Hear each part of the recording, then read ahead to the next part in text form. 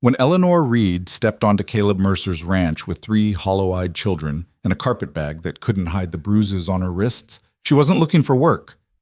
She was looking for somewhere to disappear. The widowed rancher had posted a notice for a cook, not a ghost. But the moment their eyes met across that dusty yard, both knew the truth. Some doors, once opened, change everything. And some paths don't stay buried in the desert sun.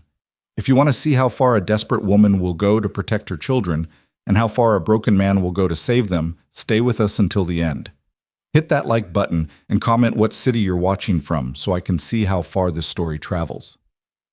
The notice had been nailed to the post outside Macy's general store for 3 weeks before Caleb Mercer bothered to check if anyone had answered it. He didn't expect much. Hell, he didn't expect anything. The ranch was 15 miles from the nearest town, accessible only by a rutted wagon trail that turned to soup when it rained and dust when it didn't. The house itself was functional at best, a 2-room structure he'd added onto over the years until it sprawled like a scar across the red New Mexico earth. Cook needed. 1 room provided. Meals and $10 monthly. It wasn't generosity that made him post it. It was exhaustion. 3 years of burning beans, eating jerky until his jaw ached, and waking to a kitchen that smelled like ash and loneliness had worn him down to nothing. His late wife Sarah had made the house feel like more than wood and nails. Now it was just a place he slept between working himself half to death and staring at the ceiling. The war had taught him how to survive. Sarah's death had taught him how to endure, but neither had taught him how to live. He was replacing a rotted fence post when he saw the dust rising on the eastern road. Caleb straightened, shading his eyes against the brutal afternoon sun. A wagon. Small, listing slightly to one side, pulled by a single mule that looked about as tired as he felt. He watched it approach with the same detached curiosity he might give a hawk circling overhead, mildly interested but expecting nothing. The wagon stopped 20 yards from the house. The driver was a woman, her face shaded by a bonnet that had seen better years. She didn't climb down immediately. Instead, she sat there, hands still on the reins, as if gathering courage or checking for threats.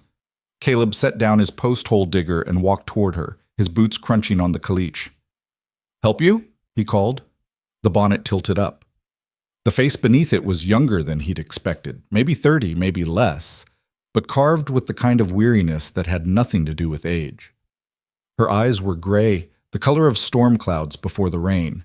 She studied him with the same careful assessment he'd seen in wild animals deciding whether to run or fight. "You Caleb Mercer?" "I am." "You still need a cook?" He glanced at the wagon bed. 3 children sat there, silent as stones. The oldest, a girl of maybe 10, had her arms around 2 younger boys. None of them moved. None of them smiled. They just watched him with eyes too old for their faces. "You bring your whole family to interview?" "They're part of the terms," the woman said. Her voice was steady, but he caught the edge beneath it, desperation dressed up as confidence. "I work. They stay quiet. We take the room you're offering and we don't cause trouble." Caleb hooked his thumbs in his belt, weighing his options. He'd imagined hiring some older woman from town, maybe a widow like himself who needed the work. Not this. Not a woman barely older than a girl with 3 children who looked like they'd been carved from shadow. "What's your name?" "Eleanor Reed. This is my daughter, Grace. My sons, Thomas and James." The girl, Grace, met his eyes without flinching. The boys pressed closer to her, their small faces smudged with trail dust. Caleb felt something shift in his chest, some long-buried instinct he'd thought died with Sarah. He recognized hunger when he saw it. Not the kind that came from missing a meal or two, but the deeper kind. The kind that hollowed you out from the inside. "You run from something, Mrs. Reed?" Her jaw tightened. "Does it matter?" "Might, if it's going to follow you here." Eleanor lifted her chin, and for the first time he saw the steel beneath the exhaustion. "What follows me is my business. What I cook and how I keep house is yours. That's the arrangement." It should have been easy to refuse. He'd wanted simplicity, not complications.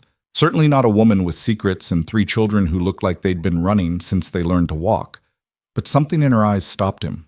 Pride, maybe. Or stubbornness.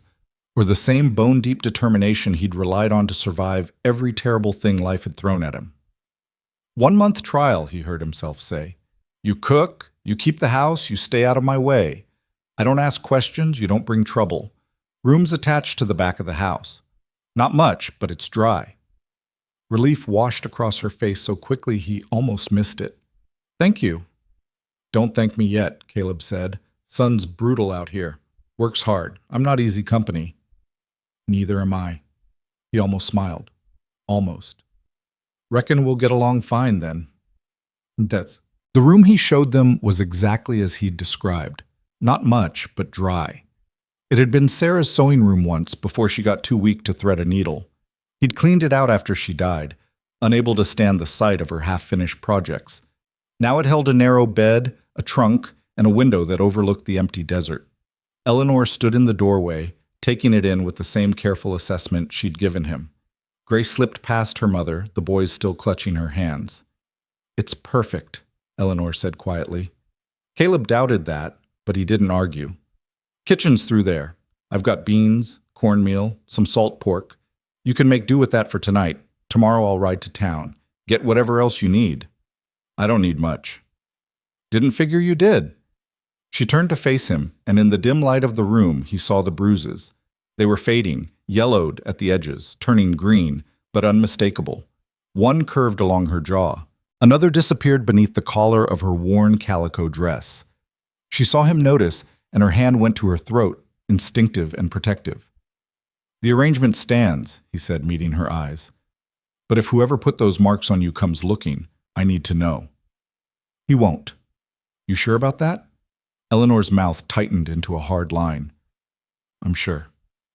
It was a lie.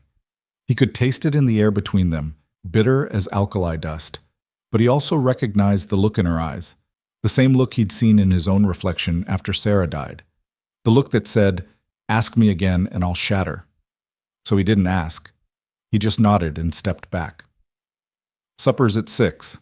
I'm not particular, but I like it hot. You'll have it. He left them there, closing the door quietly behind him. Outside, the sun was beginning its slow descent toward the western horizon, painting the desert in shades of copper and blood. Caleb stood on the porch, rolling a cigarette with fingers that had forgotten how to be gentle with anything except tobacco and paper. He'd meant to hire help. Instead, he'd opened his door to ghosts. The smart thing would be to send them away come morning, give Eleanor a few dollars and directions to the next town, cut his losses before they became something more complicated than burnt beans and loneliness. But as he lit his cigarette and watched smoke curl into the darkening sky, Caleb knew he wouldn't. Something about the way Grace had looked at him, not with fear but with wariness, had lodged itself behind his ribs. Something about the way Eleanor had stood in that doorway, back straight despite the bruises, had reminded him what defiance looked like when it was the only thing keeping you alive. He'd survived the war by knowing when to fight and when to retreat. He'd survived Sarah's death by working until his body gave out and his mind went quiet. But this was different. This was choosing to stand still while trouble rolled toward him like thunder across the desert. Fool, he muttered to himself. But he didn't move. Eleanor fed her children first. She found the beans Caleb had mentioned, along with some dried apples and a crock of lard that smelled only slightly rancid. It wasn't much, but she'd made meals from less. The stove was old but functional, and within an hour she had beans bubbling and cornbread browning in a cast-iron skillet. Grace helped without being asked, moving through the unfamiliar kitchen with the quiet efficiency of a child who'd learned early that being useful meant being safe. The boys sat at the rough-hewn table, watching everything with solemn eyes. "Is this home now?" Thomas asked. He was 6, gap-toothed and skinny as a fence post. Eleanor knelt beside him, smoothing his hair back from his forehead. "For now, sweetheart." "How long is for now?" She didn't have an answer that wouldn't be a lie, so she kissed his forehead instead. "Long enough. Eat your supper." At precisely 6 o'clock, she carried a plate to the porch where Caleb sat smoking. He looked up as she'd approached, surprise flickering across his weathered face. "Brought it out here," Eleanor said. "Didn't know if you wanted company." "Don't usually." She set the plate on the porch railing, beans, cornbread, a spoonful of the stewed apples. Then I'll leave you to it. Mrs. Reed, she paused, half turned. It's good, he said, nodding toward the plate. Smells good, I mean. Thank you. She started to walk away, but his voice stopped her again. Your children eat? First. Always. Something shifted in his expression, respect maybe, or recognition. Good. That's good. Eleanor nodded and returned to her room, where Grace had already gotten the boys settled for the night. They were curled together on the narrow bed, whispering the way they always did when the world felt too big and uncertain. She sat beside them, her hand resting on Grace's shoulder. Mama? Grace whispered. Is he kind? Eleanor thought about Caleb Mercer, his hard eyes, his careful distance, the way he'd noticed her bruises and chosen not to pry. She thought about the room he'd given them, the food he'd provided, the month he'd offered when he could have turned them away without a second thought. I don't know yet, she admitted, but he's fair. That's enough for now. Grace nodded against her shoulder. I like the quiet here. Me too, baby. Me too. That night, Eleanor lay awake long after her children slept. Through the thin wall, she could hear Caleb moving around the main house. The creak of floorboards, the scrape of a chair, the soft clink of a whiskey bottle against glass. She wondered what ghosts kept him awake. She wondered if they were as hungry as hers. Outside, the desert wind picked up, rattling the window panes and carrying the scent of sage and dust. Somewhere in the darkness, a coyote howled. The sound should have frightened her. She was used to cities, to the press of buildings and people, to hiding in crowds. But here, surrounded by emptiness and silence, she felt something she hadn't felt in years. Safe, at least for tonight. She closed her eyes and let herself believe it might last. The first week passed in a careful dance of distance and routine.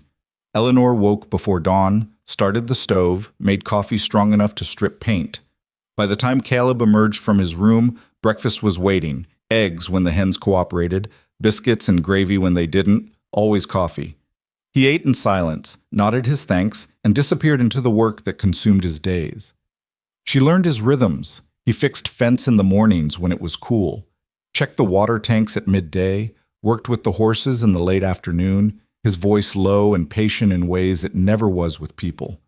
He came in at dusk, dusty and exhausted, and ate whatever she'd prepared without comment or complaint. The children learned to be invisible. Grace helped Eleanor with the cooking and cleaning. The boys played quiet games in the yard, building forts from tumbleweeds and staging battles with stick-figure armies. They never raised their voices, never fought loud enough to be heard.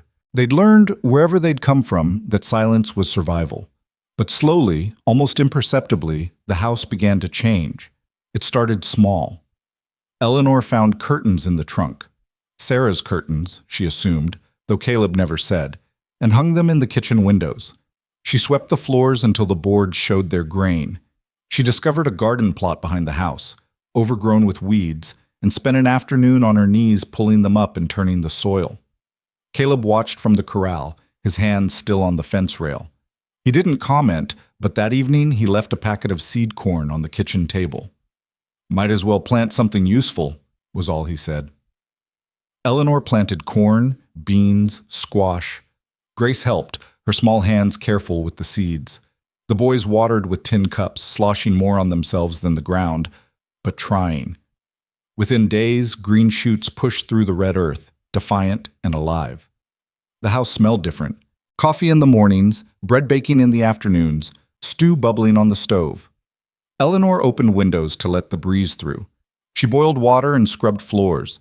She found Sarah's dishes in a crate and washed them until they gleamed, then set the table with them, plates and cups that hadn't been used in years. Caleb noticed. Of course he noticed. But he didn't object. If anything, he seemed cautiously, distantly pleased. The silence in the house was no longer the oppressive quiet of grief.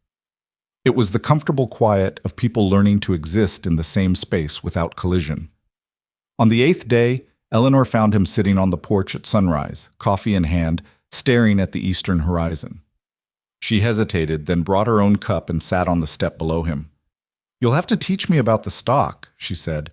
If I'm to keep this place running while you're out working, you planning to rope cattle, Mrs. Reed? I'm planning to know what happens if you get thrown from a horse and break your leg. He was quiet for a moment, then, fair point. So you'll teach me? Caleb studied her over the rim of his cup. In the early light, her face looked softer, less guarded. She'd pinned her hair back, and without the bonnet, he could see the lines around her eyes. Laugh lines, maybe, from a life before whatever had put the fear in her. You ever worked stock before? I grew up on a farm in Kansas, chickens mostly, some pigs. Cattle's different. Then you'll teach me different. He almost smiled. Almost. You're stubborn, you know that? So are you. This time he did smile. It was brief, barely a quirk of his mouth, but it was there. Reckon I am. All right, this afternoon, after the heat breaks. Wear boots if you've got them. I've got them. She stood, brushing dust from her skirt. Caleb watched her go, something easing in his chest that he couldn't quite name. Maybe it was the coffee. Maybe it was the sunrise. Maybe it was the simple fact that for the first time in 3 years, the porch didn't feel like a place he came to be alone. That afternoon, Eleanor met him at the corral wearing boots that had seen better days and a determined expression that made him reconsider the whole teaching enterprise. First rule, Caleb said, leaning against the fence. Cattle are stupid. They'll walk off a cliff if the one in front does. But they're also stubborn and mean when they want to be. Respect that. Noted. Second rule, the land'll kill you faster than the stock. Watch where you step. Snakes, holes, cactus, all waiting to ruin your day. Eleanor nodded, her eyes on the small herd grazing in the distance. What else? He spent the next hour walking her through the basics, where the water tanks were.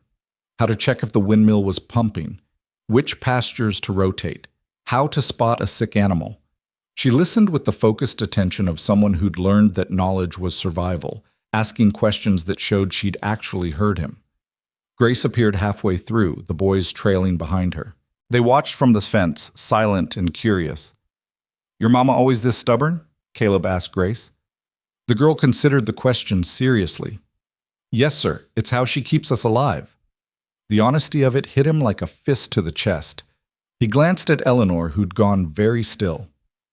Well, he said after a moment, good thing to be, I reckon. Stubborn. Grace nodded. That's what Mama says, too. That evening, Eleanor cooked chicken, one of Caleb's hens that had stopped laying and met its fate with his axe. She made dumplings to go with it, thick and fluffy, the way her mother had taught her a lifetime ago. The boys ate until their bellies were round. Grace helped clean up, humming softly under her breath. And for the first time since they'd arrived, Caleb ate at the table instead of the porch. He didn't say much, but he was there, solid and present. And when Thomas asked him about the scar on his hand, he answered. War, he said simply. Learned to shoot with my left after that. Did you kill people? James asked, his eyes wide. James! Eleanor's voice was sharp, but Caleb shook his head. It's all right. Yes, son, I did. It's not something I'm proud of, but it's the truth. Mama says truth is important, Thomas said solemnly. Your mama's right. Later, after the children were asleep and the dishes were washed, Eleanor found Caleb on the porch again. The night was cool, the stars so thick they looked like spilled salt. Thank you, she said, for being honest with them. Seemed like the right thing. Most men would have lied, or told them it was none of their business. Caleb lit a cigarette, the match flaring brief and bright in the darkness. I don't lie to children. World does that enough on its own. Eleanor wrapped her arms around herself, though the night wasn't cold. The man I left, she said quietly. He lied about everything, what he was, what he wanted, what he'd do if I tried to leave. Caleb didn't respond, just smoked and waited. He was important, rich. People believed him when he said I was unstable, that I'd imagined things, that the bruises were my own fault. Her voice was steady, but he could hear the rage underneath it, banked like coals. So I stopped trying to make them believe. I just ran. You know where you are? No. At least I don't think so. I've been careful. Careful's good. But if he comes, I know. She met his eyes, and in the starlight, hers were hard as flint. I won't let him take my children. I'll kill him first. Caleb believed her. He could see it in the set of her jaw, the way her hands had curled into fists. This wasn't bravado or empty threat. This was a mother who'd already calculated the cost and accepted it. Won't come to that, he said. Not on my land. You don't owe us protection. No, he agreed, but I'm offering it anyway. Eleanor was quiet for a long moment. Then, why? It was a fair question. He'd asked himself the same thing a dozen times since she'd arrived. Why care about a woman and her children who'd blow through his life like tumbleweeds? Why risk whatever trouble followed her? Why open doors he'd nailed shut 3 years ago? Because, he said finally, this house was dead before you came, and I'm tired of living in a graveyard. Her breath caught. She looked away toward the desert darkness, and when she spoke again, her voice was thick. We'll earn our keep. I promise.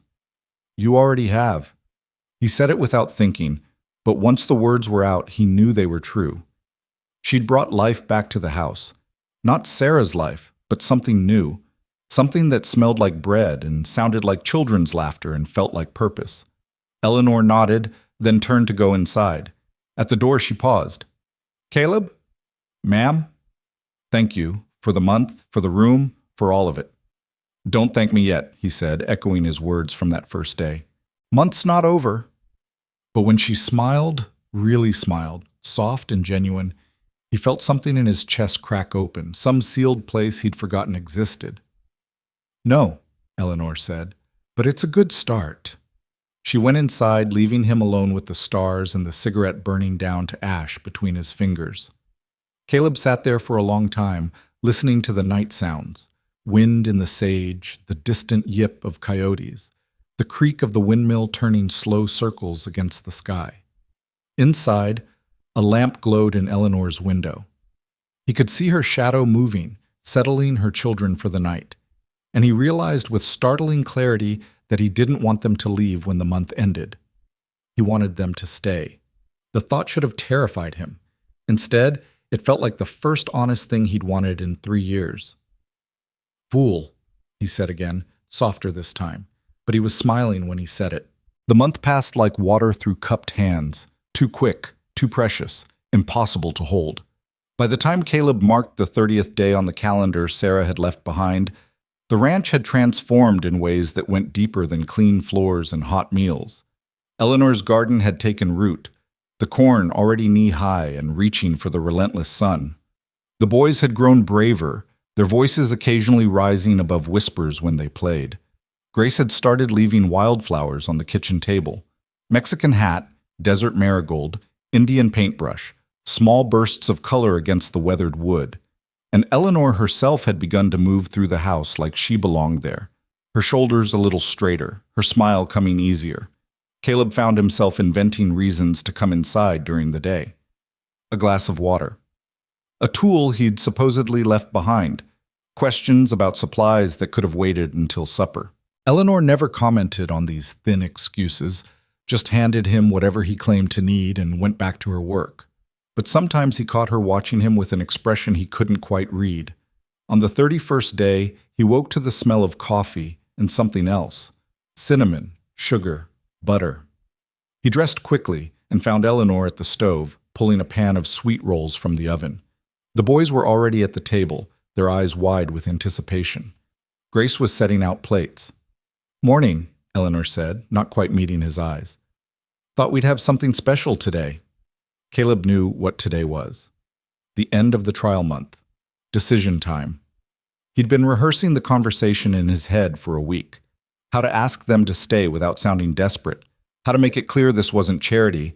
How to navigate the strange territory between employer and something that felt dangerously close to family. But standing there in his kitchen, watching Eleanor fuss with the rolls while her children waited with the patient hunger of kids who'd learned not to expect sweetness, the words he'd planned evaporated. You planning to leave? He asked bluntly. Eleanor's hands stilled. She turned to face him, wiping flour on her apron.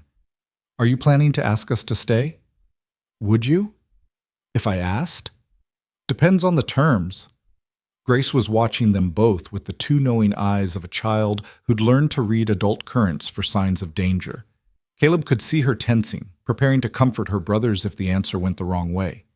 He pulled out a chair and sat down, suddenly aware that this conversation deserved more than being conducted over sweet rolls. Same terms as before. You cook, keep house, but not as a trial anymore. Permanent, if you want it. Just a cook? Eleanor's voice was careful. Just a cook, he confirmed. Then, because honesty seemed important, unless you want different terms. The air in the kitchen felt thick, charged with things unsaid. Thomas looked between them, confused. James had already started reaching for a roll, but Grace caught his hand and held it. Eleanor took a breath. I want to be clear about something. My children and we're grateful for what you've given us. This month, the safety, the work. But I won't stay if you expect. She glanced at the children. More than cooking. I don't, Caleb said firmly. Never did. Not interested in that kind of arrangement. Men say that. I'm not those men. They stared at each other across the kitchen table, Sarah's dishes between them, the sweet rolls cooling, the children barely breathing. Caleb could see the fear in Eleanor's eyes, buried under the defiance. The same fear he'd seen that first day when she'd stood in his yard with her secrets and her bruises and her desperate hope. I'll make you a promise, he said slowly. You and your children are safe here. From me. From whoever you're running from anything I can stand between you and, that's the terms. Work if you want, leave if you want, stay as long as you want. No conditions beyond basic decency and respect. Why? Eleanor's voice cracked on the word. Why would you do that? Because this house was dying before you came. Because your daughter leaves flowers on my table. Because your boys are learning what it means to play without fear. Because you... He stopped, surprised by the emotion rising in his throat. Because you remind me what it feels like to have something worth protecting. Grace made a small sound. When Caleb looked at her, he saw tears streaming down her young face. Can we stay, Mama? Please? Eleanor's own eyes were wet. She pressed her hand to her mouth, her shoulders shaking with something that might have been a sob or a laugh or both. Yes, she whispered. Yes, we can stay. Thomas whooped, the loudest sound Caleb had ever heard from the boy. James joined in, and suddenly the kitchen was full of children's joy, pure and unrestrained and achingly beautiful. Grace launched herself at her mother, and Eleanor caught her, burying her face in her daughter's hair. Caleb stood, uncomfortable with the rawness of the moment, and headed for the door. Eleanor's voice stopped him. Caleb. He turned. She was still holding Grace, but she was looking at him with something in her expression that made his chest tight. Thank you, she said, for seeing us, for keeping us, for... Her voice broke. For being exactly who you said you were. He nodded, not trusting his own voice, and escaped to the porch where the morning sun was burning off the last of the night's coolness. Behind him, he could hear Eleanor rallying the children, serving the sweet rolls, turning the emotion into celebration.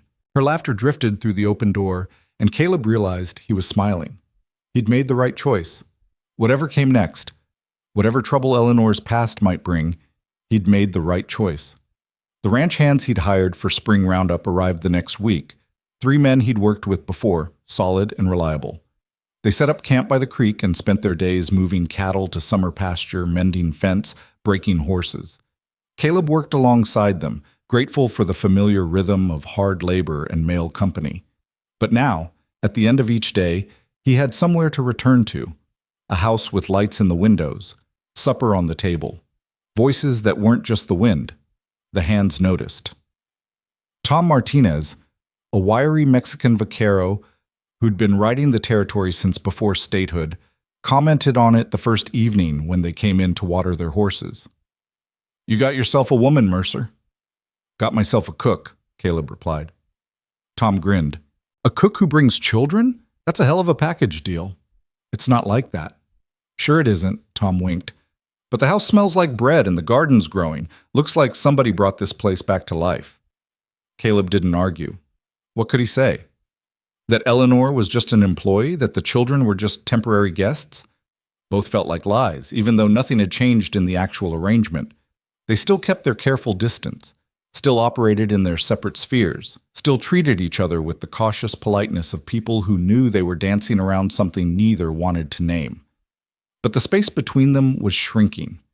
He felt it in the way Eleanor had stopped flinching when he came up behind her, in the way she'd started asking his opinion on things that had nothing to do with ranch work, whether to plant tomatoes or peppers, what color to paint the shutters, if he minded her teaching the boys to ride, in the way she'd sit on the porch after the children were asleep and they'd talk about small things, weather, books, memories of lives that felt like they'd happened to other people.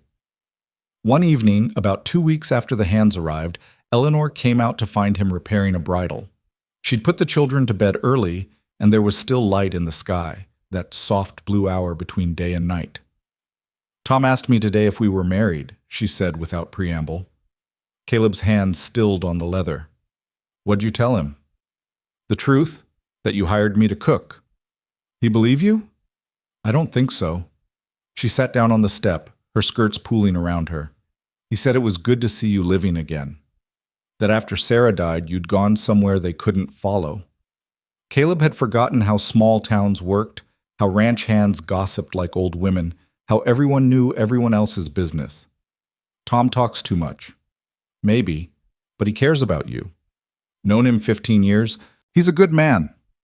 Eleanor was quiet for a moment, watching the last light fade from the desert. "Will you tell me about her, Sarah?" He should have expected the question, but it still caught him off guard. No one asked about Sarah anymore. After the funeral, after the first terrible year, people had stopped mentioning her name, as if silence could ease his grief or help him forget. "What do you want to know? What made you love her?" It was such a simple question, but it cut straight to the heart. Caleb set down the bridle and stared at his hands, scarred, calloused, made for work, not words. "She laughed at everything," he said finally. "Burned supper, broken wheel, snake in the henhouse. She'd just laugh and figure out how to fix it. Made hard things feel possible." "How'd you meet?" "Church social. I was fresh back from the war, half crazy and mean as a snake. She brought me pie and told me I looked like I needed something sweet." He smiled at the memory. "Married her 3 months later. Had 8 good years before the fever took her." Eleanor's hand found his, warm and solid. "I'm sorry." "Me too." He didn't pull away from her touch. "You want to tell me about your husband?" Her hand tensed in his, but she didn't let go. "Not much to tell. I was 17 when we married. Thought he was everything I wanted. Handsome, successful, attentive. Took me 2 years to see what he really was." "Which was?" "A man who thought owning things meant owning people. Who believed his money and position gave him the right to—" She stopped, her jaw tight. "I left the first time after he broke my arm. Went to my parents. They sent me back, said a wife's place was with her husband, that I must have provoked him somehow." Caleb felt rage rising in his chest, hot and dangerous. "Your parents are dead to me. They chose his reputation over my safety, over their grandchildren's safety." Her voice was flat, factual. "So I went back and I learned to be very, very careful. I learned which moods meant danger, how to make myself small, how to protect my children, and I waited for my chance. The bruises I saw that first day were my last mistake. I argued with him about sending Grace away to boarding school. He wanted her gone because she'd started asking questions, noticing things. I refused. She took a shaky breath. "He put his hands around my throat and told me he could make me disappear and no one would question it. That's when I knew if I didn't leave, one of us would die." "So you ran?" "So I ran, took the children in the middle of the night, took what money I could find, kept moving until we ran out of road and ended up here." Caleb turned his hand over, lacing his fingers through hers. It was the most intimate gesture they'd shared, and it felt monumental. "He's looking for you." It wasn't a question. Eleanor nodded. "I'm sure he is. Men like him don't accept losing. But I've been careful. Used different names in different towns. Paid cash. Avoided places where his influence reaches." "His influence reach New Mexico?" "I don't know. Maybe. He knows people everywhere. Judges, lawmen, businessmen. That's what makes him dangerous. It's not just him I'm running from. It's the whole system that protects him." They sat in silence, hands clasped, while the stars began to emerge overhead. Caleb thought about Sarah, who'd died from fever and fate. He thought about Eleanor, who'd survived violence and kept running. He thought about the different ways the world broke people, and the different ways they put themselves back together. "I meant what I said," he told her. "You're safe here, whatever comes." Eleanor looked at him, really looked at him, and he saw the moment she chose to believe. "I know." It was a turning point, though he wouldn't recognize it as such until later. That night marked the beginning of something new. Not romance, not yet, but trust. The kind of trust that came from shared honesty and mutual respect. The kind that made everything else possible. The summer heat intensified, turning the desert into a furnace that made work possible only in the early mornings and late evenings. The hands moved the cattle to higher pastures where the grass was better. Eleanor's garden flourished despite the heat, and she spent hours each day watering and weeding with the children's help. Caleb found himself watching them more than was strictly necessary. The way Eleanor moved through the plants with confident efficiency. The way Grace imitated her mother's gestures, learning through observation. The way the boys played in the dirt, making roads and rivers with sticks and stones, their imaginations turning the garden into kingdoms. One afternoon, he came back early from checking fence to find them all in the garden. Eleanor was showing Grace how to pick beans without damaging the vines. Thomas and James were supposedly helping, but mostly throwing dirt clods at each other. The scene was so domestic, so normal, that it hurt something deep in Caleb's chest. This was what Sarah had wanted: children, family, life continuing beyond just the two of them. But fever had taken her before they could make those plans real, and he'd buried that dream along with her body. Now here it was, unexpected and unasked for, children playing in his garden, a woman teaching them to grow things, laughter rising like smoke into the harsh blue sky. It wasn't the future he'd planned, but maybe that was the point. Maybe the best things weren't planned at all. "Mr. Mercer!" Thomas spotted him and waved, dirt-streaked and grinning. "Come see! The beans are ready!" Caleb found himself walking toward them before he'd consciously decided to move. Eleanor looked up, shading her eyes against the sun, and smiled. "We'll have enough for supper and some to put by," she said. "Grace has been picking since morning." Grace held up her basket proudly. "Mama says we can make succotash if we have enough?" "Your mama knows what she's doing," Caleb said, crouching down to examine the plants. They were healthy, thriving, despite the brutal conditions. "You've got a gift for this." Eleanor flushed slightly. "Just practice. My mother kept a garden twice this size. The same mother who sent you back to a man who broke your arm." Her smile faded. "People are complicated.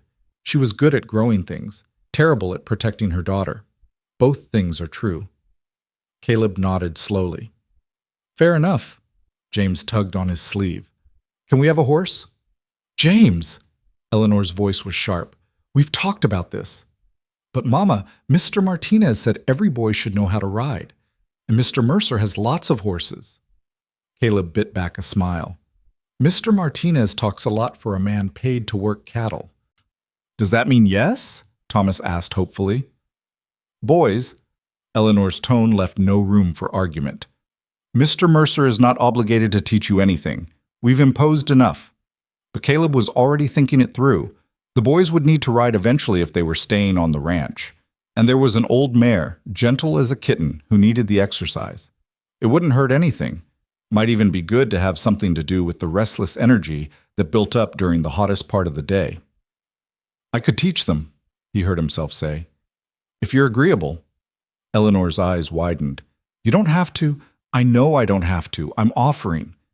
He looked at the boys who were practically vibrating with excitement. "But there are rules. You do exactly what I say when I say it. Horses are big, and they can hurt you if you're not careful. Understood?" "Yes, sir," they chorused. "And you help your sister and your mama without complaint for the rest of the week. Prove you can handle responsibility before I trust you with an animal." The boys nodded solemnly. Caleb caught Eleanor's eye over their heads. She mouthed "thank you," and he shrugged, uncomfortable with gratitude for something that felt natural. That evening, after supper, Tom found him in the barn. "Heard you're teaching the boys to ride." "Word travels fast." "Always does." "I think it's good, Mercer. Those kids need a man in their lives, someone to show them how to be decent. They've got a mother doing that just fine. Sure, but a boy needs a father too, someone to teach him things a woman can't. Caleb focused on the saddle he was oiling, refusing to meet Tom's knowing gaze. I'm teaching them to ride, that's all. If you say so. Tom leaned against the stall door. But if you're planning to keep them around, you should know. People in town are asking questions about the woman and the kids, where they came from, why they're here. Caleb's hands stilled. What kind of questions? Nothing specific yet, just curiosity. But you know how it is. A mysterious woman shows up with children and no husband, moves in with a widower. People talk. Let them talk. I'm just saying, if there's anything that needs handling, better to know now than when trouble's already here. Caleb set down the saddle and finally looked at Tom. There's a man, Eleanor's husband, legally, though she left him. He's dangerous, rich, connected. If he shows up asking questions, we haven't seen anything, Tom interrupted. Don't know anything. Woman and her kids asked for work. You gave it to them. That's all anyone needs to know. He might not take that answer. Then he'll get a different answer, the kind delivered at the end of a rifle. Tom's expression was hard. We take care of our own, Mercer. You know that. If this bastard comes around, he'll find more than he bargained for. Caleb felt something ease in his chest. He'd forgotten what it meant to have people at his back, to be part of something larger than his own survival. Appreciate it. Don't mention it. Besides, I like that woman. She makes damn fine biscuits. Tom grinned. And she makes you almost human. That's worth protecting. After Tom left, Caleb sat in the quiet barn thinking about protection and family and the lines between them. He'd promised Eleanor safety, but if her husband came, and men like that always came, it would take more than promises. It would take blood and steel and the willingness to do whatever was necessary. He'd killed in the war. He'd buried the woman he loved. He'd survived things that should have broken him. But this felt different. This felt like choosing to stand rather than letting fate push him around. If trouble came for Eleanor and those children, it would have to go through him first, and he'd make damn sure it didn't get that far. Inside the house, lamplight glowed in the windows. He could see Eleanor moving around the kitchen, washing dishes, settling things for the morning. Grace appeared beside her mother, helping dry and put away. The boys were probably already asleep, worn out from garden work and anticipation of riding lessons. It looked like home. It felt like purpose. And for the first time since Sarah died, Caleb Mercer wasn't just surviving. He was living. The riding lessons became ritual. Every evening after the heat broke, Caleb would bring out the old mare, Daisy, Sarah had named her, and the name had stuck, and the boys would take turns learning to sit properly, hold the reins, guide with their knees instead of yanking on the bit. Grace watched from the fence at first, pretending disinterest, but Caleb saw the longing in her eyes. You want to learn too? He asked her one evening. She straightened, caught between desire and the responsibility she'd carried too long. The boys are doing fine. I asked about you. Grace glanced at her mother, who was shelling peas on the porch. Eleanor nodded permission, and the girl's face transformed with a smile so bright it hurt to look at. Yes, sir. I'd like that very much.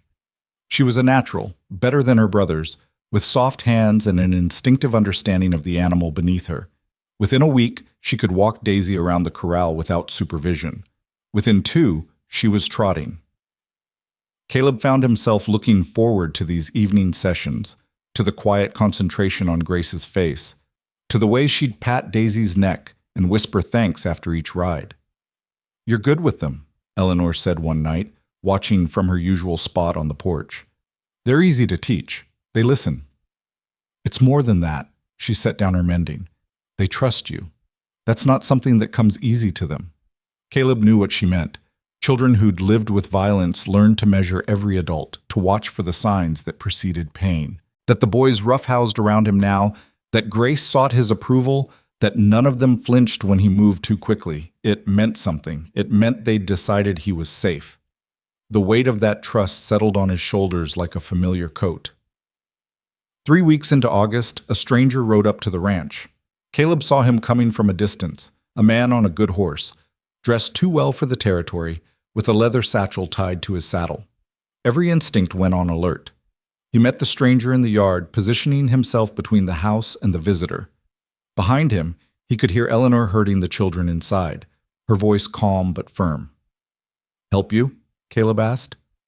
The man dismounted, pulling off his hat to reveal a face that had seen too many saloons and too little honest work. "Looking for a woman. Eleanor Reed. Heard she might have passed through these parts." "Lots of people pass through. Can't say I recall the name." "She'd have 3 children with her. Girl about 10, 2 boys younger." The man's eyes were sharp, cataloging everything: the garden, the clean windows, the curtains Eleanor had hung.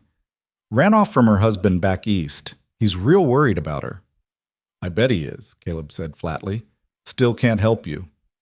"You sure about that?" "Man's offering a substantial reward for information leading to her return. $500.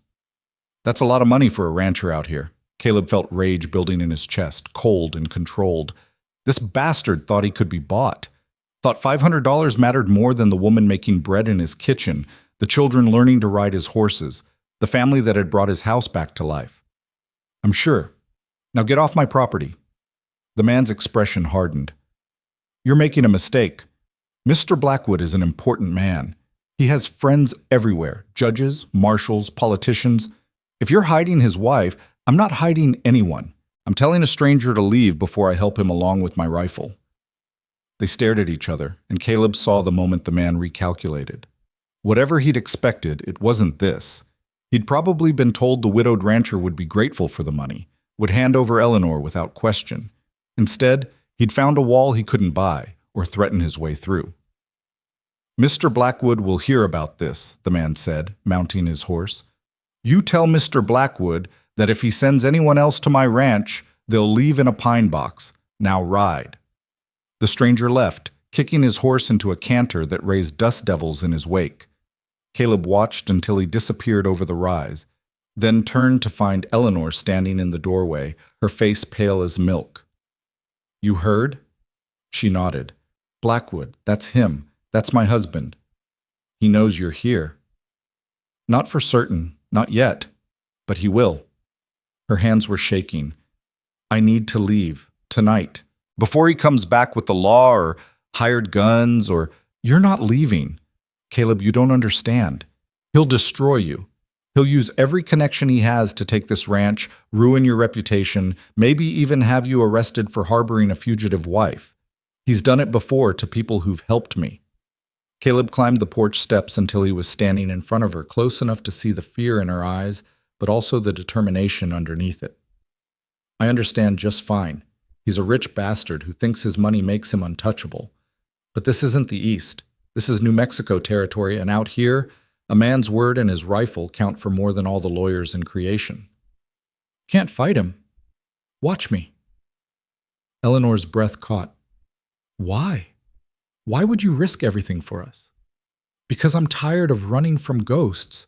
Because those children deserve better than spending their lives afraid. Because you—" He stopped, the words too big and too honest to say out loud. "Because it's the right thing to do." She was crying now, silent tears tracking through the dust on her cheeks. "He'll kill you if he can't buy you." "He can try." Caleb wiped her tears with his thumb, the gesture more intimate than anything they'd shared before.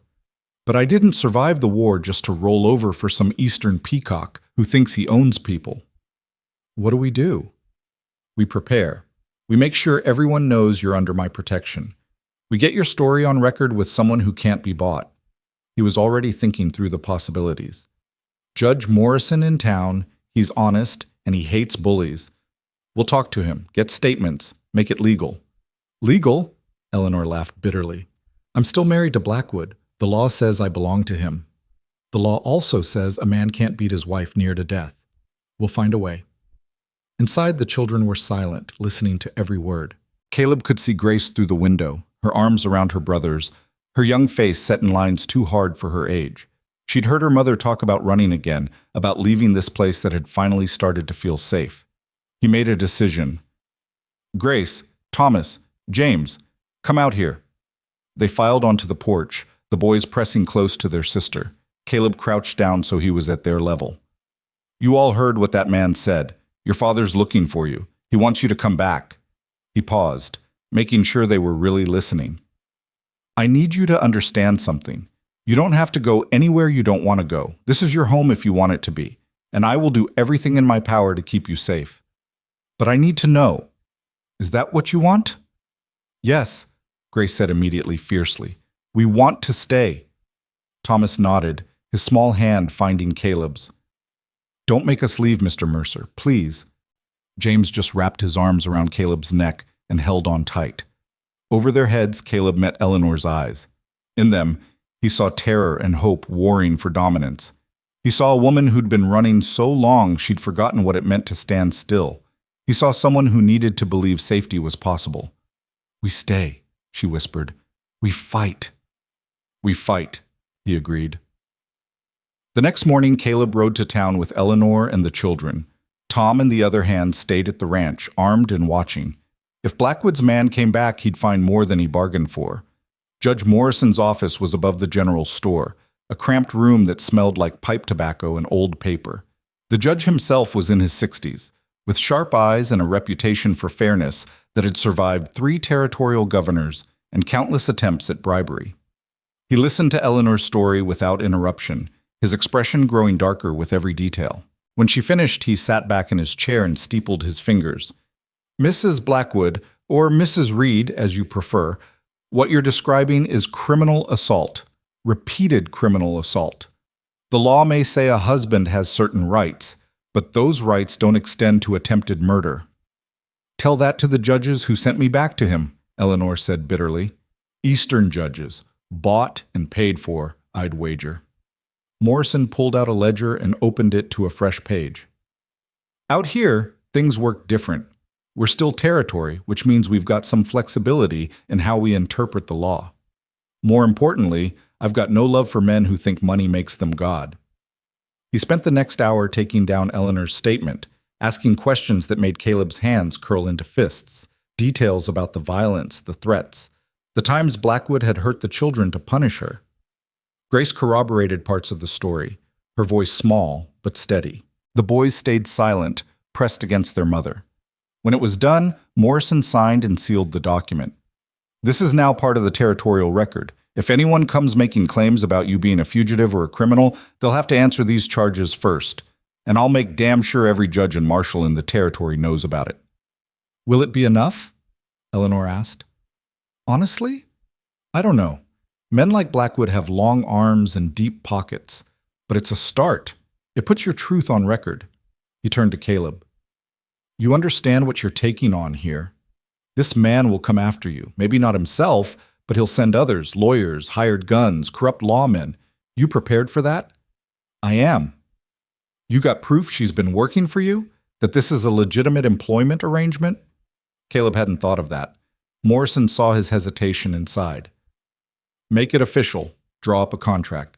Pay her a wage. Doesn't have to be much. Just enough to show it's a real job. Keep records. If anyone claims you're harboring her unlawfully, you can show she's an employee with every right to be there." "I'll do that." Morrison walked them to the door, but stopped Eleanor before she could leave. "Mrs. Reed, I knew my share of men like your husband. They don't quit. They don't forgive. And they sure as hell don't forget. You need to be ready for that." "I know," Eleanor said quietly. "But I'm tired of running. If he comes, at least I'll have people standing with me this time." On the ride back, the children dozed in the wagon bed, exhausted by the emotion and the heat. Eleanor sat beside Caleb on the bench, her hands folded in her lap. "Thank you," she said, "for everything you did in there, for standing with me. Didn't do anything but tell the truth. You did more than that. You gave me a chance to fight instead of run. No one's ever done that before." Caleb kept his eyes on the road, on the shimmer of heat rising from the desert floor. "You would have done the same for me." "How do you know?" "Because I've watched you with your children. I've seen you turn a dying garden into something alive. I've seen you make a house into a home. You're the kind of person who fights for what matters. That's who you are." Eleanor was quiet for a long moment. Then her hand found his on the reins, covering it with her own. "He's going to come, Caleb. Blackwood. He'll come himself this time. And when he does, people might die." I know. I couldn't bear it if something happened because of me. He turned to look at her fully, reading the fear and guilt and something else in her expression, something that made his heart beat faster. Nothing's going to happen to me, and nothing's going to happen to you or those children. That's a promise. You can't promise that. Maybe not. But I can promise I'll do everything in my power to make it true. She leaned against his shoulder just slightly, just enough for him to feel the weight of her trust. They rode the rest of the way in silence, while above them, hawks circled in the endless sky and the desert stretched out in all directions like a promise and a threat combined. Back at the ranch, Tom was waiting with news. Had 2 more riders come by. Asking about a woman and children, told them we hadn't seen anyone matching that description. They didn't believe me, but they also didn't push it when I showed them my rifle. How many you think he'll send? Caleb asked. As many as it takes. Man like that, he's not used to hearing no. Tom glanced at Eleanor, who was helping the children down from the wagon. She worth this much trouble, Mercer? Yeah, she is. Tom nodded slowly. Then I guess we'd better get ready for war. That night, after the children were asleep and the ranch had settled into darkness, Caleb found Eleanor on the porch. She was staring out at the desert, her arms wrapped around herself despite the lingering heat. Can't sleep? He asked. Too many thoughts. He sat beside her, close enough that their shoulders almost touched. Want to share them? I keep thinking about what Morrison said, that Blackwood won't quit, won't forgive. She turned to him, her face pale in the starlight. I've brought war to your door, Caleb. After everything you've done, after all the peace you've given us, Stop. His voice was firm. You didn't bring anything I didn't invite. I knew what I was getting into when I asked you to stay. I knew there'd be trouble. I chose it anyway. Why? It was the second time she'd asked, and this time Caleb didn't have the luxury of deflection or partial truths. This time, with the night pressing in and danger circling closer, he owed her honesty. Because somewhere between you burning your first batch of biscuits and Grace leaving flowers on my table, this stopped being about charity or decency or doing the right thing. He met her eyes. Because when I wake up now, I hear voices instead of silence. Because when I come in from working, there's someone who cares if I'm tired or hungry or hurt. Because those children have started calling this place home, and the thought of anyone taking that from them makes me want to burn the whole damn world down. Eleanor's breath caught. Caleb, I'm not done. He took her hand, lacing their fingers together the way he had weeks ago, but this time it felt like more. Because you're the first thing in 3 years that's made me want to be better, stronger. Not just surviving, but living. And maybe that's selfish, maybe I'm a fool, but I'm not willing to give that up without a fight. That's not selfish, she whispered. That's everything. They sat there in the darkness, hands clasped, while the desert wind whispered through the sage and the stars wheeled overhead in their ancient patterns. Somewhere out there, in some eastern city, a man was planning his revenge. Somewhere closer, his hired men were gathering information, preparing for assault. But here, on this porch, in this moment, Eleanor and Caleb had something worth defending. They had each other. They had 3 children sleeping safely inside. They had a home built from broken pieces and stubborn hope.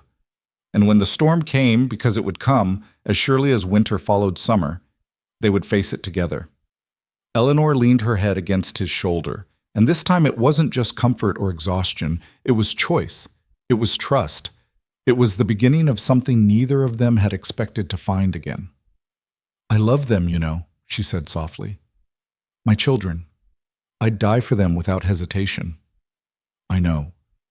But I think, her voice trembled, I think I could love this too. This place, this life. You. Caleb's heart hammered against his ribs. You think, or you know? I know, I'm terrified, but I know. He turned to face her, lifting her chin with his free hand so he could see her eyes in the starlight. I know too. Have for a while now. Even with all the trouble I've brought? Especially with it. Means you're not going anywhere. Means we're in this together. Eleanor smiled, small and genuine and achingly beautiful. Together. I like the sound of that. Me too. He kissed her then, gentle and careful, giving her every chance to pull away. But she didn't. She leaned into him, her hand coming up to rest against his chest, and kissed him back with all the desperate hope and fierce determination that had kept her alive this long. When they finally pulled apart, both breathing hard, the world felt different, charged with possibility and danger in equal measure. They'd crossed a line they couldn't uncross, made themselves vulnerable in ways that could destroy them both. But as Caleb looked at Eleanor, her face flushed, her eyes bright, her smile breaking through like sunrise after endless night, he couldn't regret it. Whatever came next, they'd face it together, and that was worth anything. The kiss changed everything and nothing. In the days that followed, Eleanor still cooked and cleaned, the children still learned to ride, and Caleb still worked the ranch from sunrise to dark. But beneath the ordinary rhythm of their lives, something fundamental had shifted. They moved around each other differently now, aware, careful, charged with an electricity that crackled in the spaces between words. Grace noticed first. She was sitting at the kitchen table shelling beans when she looked up at Caleb and said, "You make my mama smile. Like really smile, not the pretend kind." Caleb paused in the doorway, caught off guard. "That's so." "Yes, sir. She used to smile at us, but her eyes stayed sad. Now, they match." Grace tilted her head, studying him with that too-old wisdom. "Are you going to marry her?" "Grace Elizabeth Reed," Eleanor's voice carried from the bedroom where she was hanging laundry. "That is entirely inappropriate." But Caleb crouched down beside the girl's chair, meeting her serious gaze. "Would that bother you, if I did?" Grace considered the question with the gravity it deserved. "Would you be our father, then?" "I'd try to be, if you'd let me."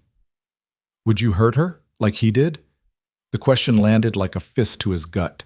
Caleb took Grace's small hand in his scarred, work-roughened one. "Never. I'd die before I let anyone hurt your mama, including me." Grace nodded slowly. "Then I think it would be okay. Thomas and James like you, and Mama's different when you're around. Lighter, like she's not carrying something heavy all the time." Eleanor appeared in the doorway, her face flushed. "Grace, that's enough questions." "But Mama, enough." Grace returned to her beans, but Caleb caught the small smile playing at the corner of her mouth. He stood, meeting Eleanor's eyes across the kitchen. She looked embarrassed and pleased and terrified all at once. "She's not wrong," he said quietly, "about the question." Eleanor's hands twisted in her apron. "Caleb, we can't. I'm still legally married. Until Blackwood's dealt with, anything else is—" "I know. I'm just saying when this is over, when you're free—" He stopped, feeling like a fool. "Never mind." "No." Eleanor crossed the kitchen, stopping close enough that he could smell the lavender soap she used. "Don't never mind. Say what you were going to say." "When you're free, I'd like to do this proper. Court you right. Maybe convince you to stay permanent." "I already told you I want to stay. As my wife, Eleanor. Not my cook. Not my employee. My wife." Her breath caught. For a moment she just stared at him, her gray eyes shining with tears. Then she reached up and touched his face, her palm warm against his cheek. "Yes. Yes? Yes, when this is over, when I'm free, I'll marry you." She smiled through her tears. "If you're sure you want a woman with 3 children and enough trouble to sink a ship." Caleb covered her hand with his. "I've never been more sure of anything." Behind them, Grace made a small, happy sound. They turned to find all 3 children watching, Grace grinning, Thomas and James wide-eyed with excitement. "Does this mean you'll be our papa?" Thomas asked. "If you'll have me," Caleb said. The boys launched themselves at him, wrapping their arms around his waist. Grace joined them more sedately, but no less fiercely, and Eleanor watched with tears streaming down her face as the man she'd come to love held her children like they were already his. It was the last peaceful moment they'd have for a long time. The riders came 3 days later, just after dawn. Caleb was checking those water tanks when he heard the thunder of hooves. He turned to see 6 men cresting the rise, moving fast and purposeful. His stomach dropped. He ran for the house, whistling sharp and loud, the signal he'd arranged with Tom. By the time he reached the porch, Tom and the other hands were emerging from the bunkhouse, rifles in hand. Eleanor appeared in the doorway, her face pale. "Get the children in the back room," Caleb ordered. Don't come out no matter what you hear. Caleb, now, Eleanor. She hesitated only a second before disappearing inside. Caleb heard her voice, urgent and low, then the sound of the children being hurried away. He checked his own rifle, making sure it was loaded, and positioned himself on the porch. Tom and the hands spread out, creating a defensive line. The riders pulled up 20 yards from the house. 5 were clearly hired guns, hard men with cold eyes and well-used weapons. But the 6th was different. He sat his horse like he owned it and everything else in sight, dressed in a tailored suit that had no business in the New Mexico desert.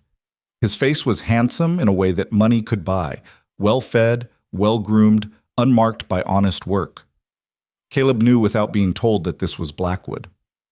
"I'm looking for my wife," Blackwood said. His voice was cultured, educated, with an edge of steel beneath the polish. "Eleanor Blackwood. I have reason to believe she's here." "No one by that name on this property," Caleb replied. "Really?" Blackwood smiled, but it didn't reach his eyes. "Because I have witnesses who saw a woman matching her description in town, with 3 children, shopping for supplies with you, Mr. Mercer. I employ a cook, Eleanor Reed. That's all I know about her." "Eleanor Reed? How convenient. That was her maiden name." Blackwood dismounted, and his men followed suit. "I'm afraid there's been a misunderstanding. My wife is unwell. She suffers from delusions, hysteria. She ran away from my care, taking our children with her. I've been searching for months." "That's a lie!" Eleanor's voice rang out from inside the house. Caleb cursed under his breath as she stepped onto the porch, her chin raised in defiance. "I left because you were killing me. Because I was afraid you'd start on the children next."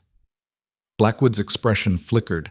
Just for a second, Caleb saw rage and possessiveness flash across his features before the mask of concern returned. "Eleanor, sweetheart, you're confused. These episodes, I'm not confused. I'm finally clear." Eleanor's hands were shaking, but her voice stayed strong. "I won't go back with you. These men here, they've heard my testimony. Judge Morrison has it on record. What you did, what you are." "A territorial judge?" Blackwood laughed. "My dear, I have federal judges in my pocket, Supreme Court justices at my dinner table. Whatever lies you've told these simple frontier folk, they mean nothing. You're my wife. Those are my children. And you're all coming home." "Over my dead body," Caleb said quietly. Blackwood turned his attention to Caleb, really looking at him for the first time. "And you are?" "The man standing between you and her." "How noble, also how foolish." Blackwood gestured to his men. "I have legal authority to retrieve my property. If you interfere, you'll be arrested for kidnapping and harboring a fugitive.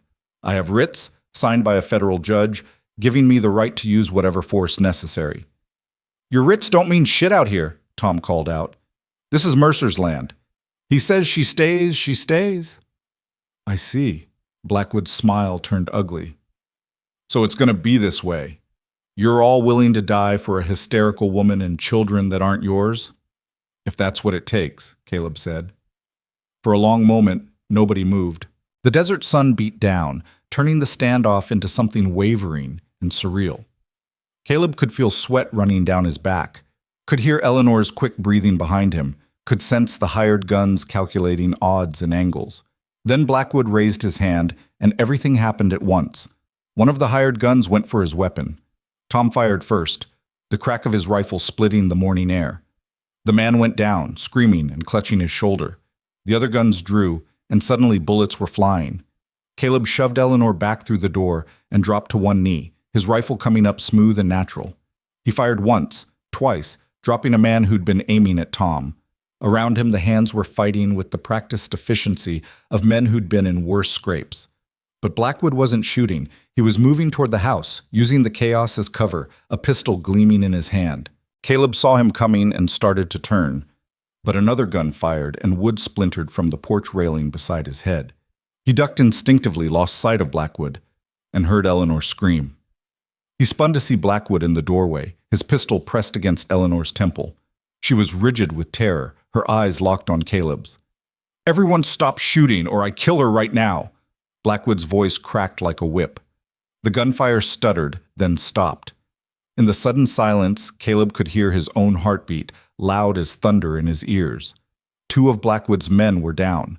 One of the hands, young Billy Cortez, was bleeding from his arm but still standing. The rest were in a tense standoff, weapons trained on each other. "Put down your guns," Blackwood ordered. "All of you, or I paint these walls with her brains." Caleb met Eleanor's eyes. He saw fear there, yes, but also determination.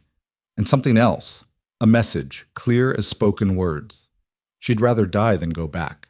She'd rather he shoot through her to get to Blackwood than let this man take her and the children away. "No," Caleb said. Blackwood's eyes widened. "What?" "I said no. You pull that trigger, you die 2 seconds later. Every man here will make sure of it." Caleb raised his rifle, aiming directly at Blackwood's head. "And you know what? I don't think you want to die. Men like you never do. You're used to buying your way out, using the law as a weapon. But there's no law out here that's bigger than what's right." "You're insane," Blackwood hissed. "You'd let me kill her? I'd trust her to save herself." Eleanor understood before Blackwood did. She drove her elbow back into his ribs with all her strength, twisting away from the gun.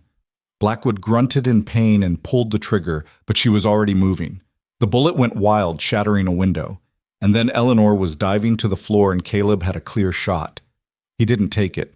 Instead, he lunged forward, using his rifle stock like a club. It connected with Blackwood's jaw with a crack that echoed across the yard. The man went down hard, his pistol skittering across the porch.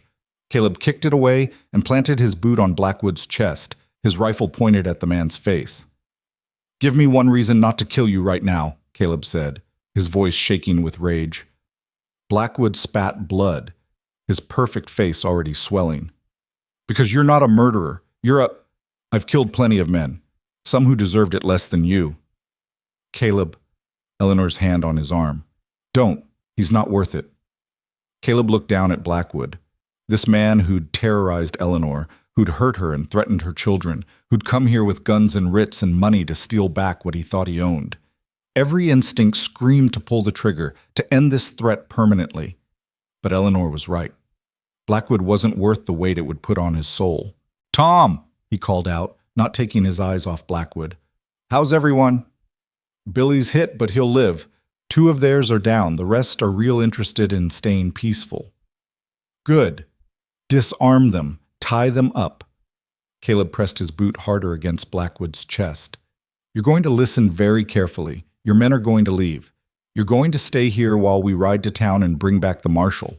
You're going to tell him everything, the beatings, the threats, the abuse.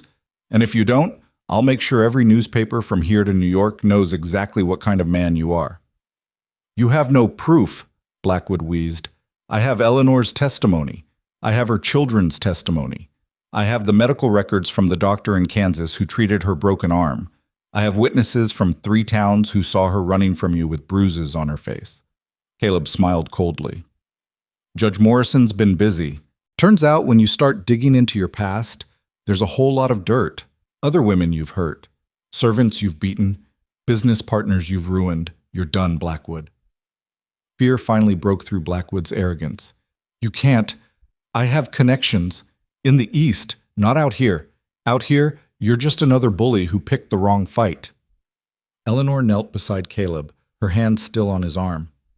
"It's over, isn't it?" "Not quite, but it will be." They tied Blackwood and his remaining men to the porch posts while Tom rode for the marshal. Eleanor sat inside with the children, who'd witnessed the whole thing from their hiding place. Grace was eerily calm, but the boys were crying, clinging to their mother. Is Mr. Mercer okay?" Thomas asked. Eleanor realized with a start that the boy had almost called Caleb his father. "He's fine, sweetheart. He's making sure we're safe." "Is the bad man going to jail?" James whispered. "Yes, baby, he is." "Good." James burrowed deeper into her arms. "I don't want him to ever come back." "He won't, I promise." Outside, Caleb was checking on Billy's wound when Blackwood spoke. "You think this changes anything?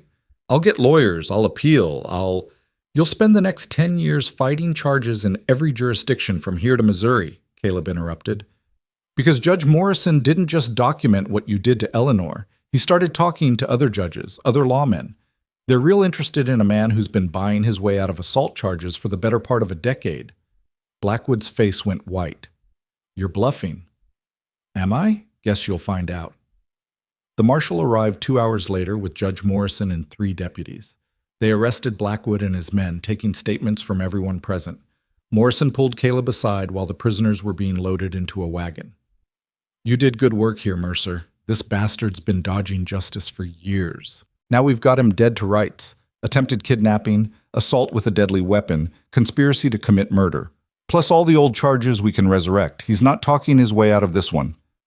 What about Eleanor? The marriage? Already drawn up the annulment papers. Given the circumstances, documented abuse, abandonment of marital duties, credible fear for her life, no judge worth his salt would refuse it. She'll be free inside a month. Caleb felt something in his chest ease. Thank you. Don't thank me. Thank her for being brave enough to stand up. And thank yourself for being fool enough to stand with her. Morrison clapped him on the shoulder. You planning to make this permanent? Soon as she's free. Good. She deserves a good man. Those kids deserve a father. After they left, taking Blackwood and the last of the danger with them, Caleb found Eleanor on the porch. She was staring at the bloodstains on the wood, her arms wrapped around herself. It's really over, she said. It wasn't a question. It's really over. She turned to him, and he saw tears streaming down her face. But she was smiling. I keep waiting to feel relieved. Instead, I just feel exhausted and terrified and free, and like I might fly apart if you let go of me. Caleb pulled her into his arms, holding her while she shook with the aftermath of fear and adrenaline and years of running finally ending. I'm not letting go. He could have killed you when I saw him aiming at you, but he didn't. We're both here. We're both safe. Eleanor pulled back enough to look at his face, her hands coming up to frame his jaw. You were going to let him shoot me. You trusted me to save myself. I knew you could. You're the strongest person I've ever met. I'm not. You are. You survived him. You protected your children. You built a life from nothing. You stood on this porch and faced him down when you could have run. He kissed her forehead, her cheeks, the corner of her mouth. You're extraordinary, Eleanor Reed, and I'm the luckiest son of a bitch alive that you walked onto my ranch. She kissed him then, deep and desperate, and full of everything they'd survived together. When they finally broke apart, the sun was setting, painting the desert in shades of gold and crimson. Inside, the children were waiting. Grace had made supper, something simple, but made with love. The boys had set the table with Sarah's good dishes, and when Caleb and Eleanor walked in together, hands clasped, the children looked at them with hope so bright it hurt. Is it over? Grace asked. Really, truly over? Really, truly, Eleanor confirmed. So we can stay forever? Caleb knelt down, gathering all 3 children close. Forever. This is your home. I'm going to make it official, legal, permanent. You're my family now. Thomas threw his arms around Caleb's neck. Papa! The word hung in the air, precious and perfect. Caleb looked at Eleanor over the children's heads and saw his own emotion reflected in her eyes. They'd fought a war today. They'd faced down demons and won. But these children calling him Papa, this woman watching him with love and trust, this family they'd built from broken pieces, this was the real victory. This was everything. Later that night, after the children were finally asleep and the ranch had settled into quiet, Caleb and Eleanor sat on the porch under the stars. The bloodstains had been scrubbed away. The broken window would be fixed tomorrow. Everything would heal, given time. Morrison said the annulment will be final in a month, Caleb said. A month? Eleanor tested the word. Then I'll be free. Then you'll be mine. If you'll have me. She leaned into him, her head on his shoulder. I already am. The paper's just catching up to the truth. The truth being? That I love you. That those children love you. That this ranch, this life, this family, it's ours, built by us, chosen by us. She turned to look at him, her eyes reflecting starlight. I spent so many years belonging to someone who used ownership as a weapon. But this, what we have, it's different. It's choosing each other every day. It's partnership. It's love, Caleb finished. It's love, Eleanor whispered. It is. They sat together in the peaceful dark, listening to the desert night, to the sounds of home settling around them. And for the first time in either of their lives, the future felt like something to look forward to instead of something to survive. The door that should have stayed closed had opened instead, and everything had changed. The month that followed moved with the slow inevitability of seasons changing. Summer's brutal heat began to ease into the gentler warmth of early autumn. Eleanor's garden produced its final harvest, squash and late beans, tomatoes heavy on their vines. The children helped gather everything, their laughter filling the spaces that had once held only silence and grief. Caleb watched them work, these three who'd become his without blood or law yet, and felt something settle deep in his bones, a rightness he hadn't known he was searching for. Thomas had lost his last trace of fear, running wild with the ranch dogs and pestering Tom for stories about riding herd. James followed his brother everywhere, his gap-toothed smile appearing more often each day. And Grace had started to look her age instead of carrying the weight of motherhood on 10-year-old shoulders. Eleanor moved through the house like she'd always belonged there, rearranging furniture, hanging curtains she'd sewn from fabric bought in town, turning the bedroom that had been Sarah's sewing room into something that was entirely hers and the children's. Caleb noticed she never asked permission for these changes. She just made them, claiming space the way someone did when they knew they were home. He loved her for it, for the quiet confidence that had replaced the hunted wariness of those first weeks, for the way she sang while she cooked, off-key and joyful, for the mornings he'd wake to find her already up, watching the sunrise with coffee in her hands and contentment on her face. 2 weeks after Blackwood's arrest, a telegram arrived from Judge Morrison. Blackwood had been formally charged in 3 separate jurisdictions. The federal judge who'd signed the writs had been questioned about his relationship with the man and subsequently recused himself from all related cases. 2 other women had come forward with stories similar to Eleanor's. The evidence was overwhelming. Eleanor read the telegram 3 times, her hands shaking, before she finally let herself believe it. He can't hurt us anymore. No, Caleb agreed. He can't. I keep waiting for the fear to come back, for the other shoe to drop, but it doesn't. It's just... She looked around the kitchen, at the bread rising on the counter, at the children's drawings pinned to the wall, at the life they'd built. It's just peace. You deserve peace. So do you. She crossed to him, wrapping her arms around his waist and pressing her face against his chest. Thank you for giving it to me. To us. Caleb held her close, breathing in the scent of lavender and bread and home. Didn't give you anything you didn't fight for yourself. You fought too. Yeah, but it was worth it. The annulment papers arrived 3 weeks and 2 days after Blackwood's arrest. Eleanor signed them with a hand that didn't shake, witnessed by Judge Morrison and the town clerk. When it was done, she walked out of the courthouse a free woman for the first time in over a decade. Caleb was waiting for her on the steps. He'd cleaned up for the occasion, shaved, put on his good shirt, even polished his boots. When Eleanor saw him, she started crying, and he pulled her into his arms right there in front of half the town. You're free, he murmured against her hair. I'm free, she repeated, like she was testing the words, seeing how they felt. Then she pulled back, her tear-stained face glowing with something that looked like joy. So what happens now? Now? Caleb reached into his pocket and pulled out a ring. It had been Sarah's, but he'd taken it to the jeweler and had it resized, reshaped, made into something new. Now you marry me, if you're still willing. Eleanor stared at the ring, simple gold, with a small turquoise stone the color of New Mexico sky. Caleb, I know it's fast, I know we've only had a few months, but I've never been more certain of anything. He took her hand, the one that no longer bore Blackwood's ring, and slipped the new one on her finger. I want to wake up next to you every morning. I want to teach your boys to be men. I want to watch Grace grow up safe and loved. I want to build a life with you that's got nothing to do with running or hiding or surviving, just living, just loving, just us. Yes, Eleanor didn't hesitate. Yes, yes, 1,000 times, yes. The small crowd that had gathered on the courthouse steps erupted in applause. Tom let out a whoop that startled the horses tied to the rail. Judge Morrison beamed like he'd personally arranged the whole thing.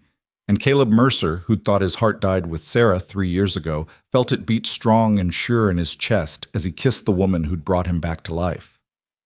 They married a week later in a small ceremony at the ranch. Tom stood as Caleb's witness. Grace stood as Eleanor's, wearing a new dress that Eleanor had made just for the occasion. Thomas and James served as ring bearers, solemn and proud in their Sunday clothes. Judge Morrison officiated, his voice carrying across the desert as he bound together two people who'd already been joined by everything that mattered. When Caleb kissed his bride, the children cheered. Tom fired his pistol in the air in celebration, and the ranch that had been a tomb for so long became something else entirely. A home, a family, a future. The reception was simple. Food spread on tables in the yard, neighbors from surrounding ranches, the hands who'd fought beside them. Someone brought a fiddle, and the dancing started as the sun began its descent toward the western horizon. Caleb waltzed Eleanor around the makeshift dance floor while the children watched with delight. "Happy?" he asked. Deliriously. She rested her head against his shoulder. "I keep thinking I'll wake up and find this was all a dream, that I'm still running, still afraid, still alone." "You're not alone. You'll never be alone again. Promise?" "Promise." As the evening wore on and the children began to droop with exhaustion, Tom gathered them up and took them inside, giving the newlyweds a moment of privacy. Caleb and Eleanor stood together in the gathering dusk, watching the last of the guests depart, their horses' hoofbeats fading into the desert quiet. "I never thought I'd have this," Eleanor said softly. "After everything with Blackwood, I thought I was broken, that I'd never be able to trust anyone again, let alone love them." "You're not broken. You never were." "I felt broken. For so long."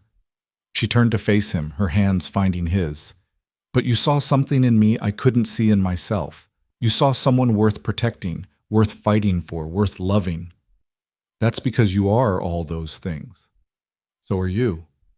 She reached up to touch his face, her thumb tracing the scar that ran along his jaw. "You thought you were dead inside, just going through the motions. But you weren't. You were just waiting. For the right moment, the right reason. The right woman," Caleb corrected.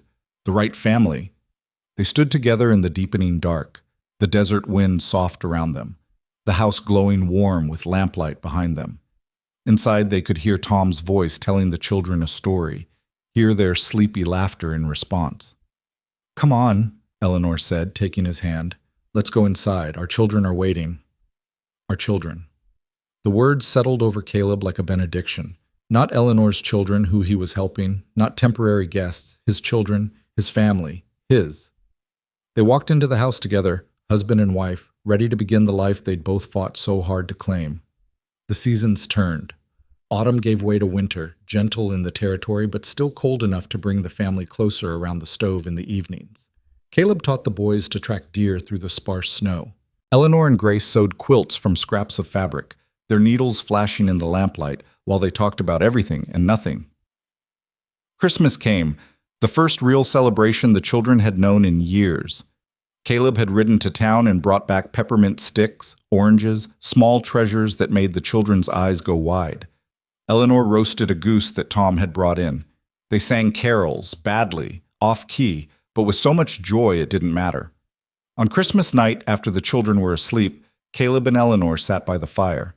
She was curled against him, his arm around her shoulders, her hand resting on her belly. "I'm pregnant," she said quietly. Caleb went very still. "You're about 2 months along, I think. I wasn't sure at first, but now." She looked up at him, searching his face for reaction. "Are you happy?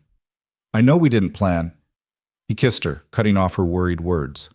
When he pulled back, his eyes were wet. "I'm so happy I can't even find words for it. A baby. Our baby." "Our baby," Eleanor agreed, smiling.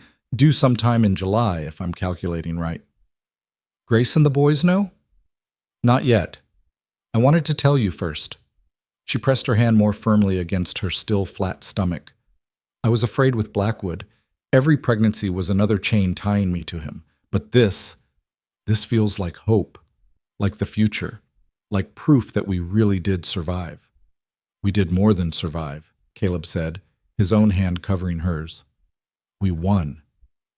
Winter deepened, then began its slow retreat. Eleanor's belly grew round, and the children had to be told.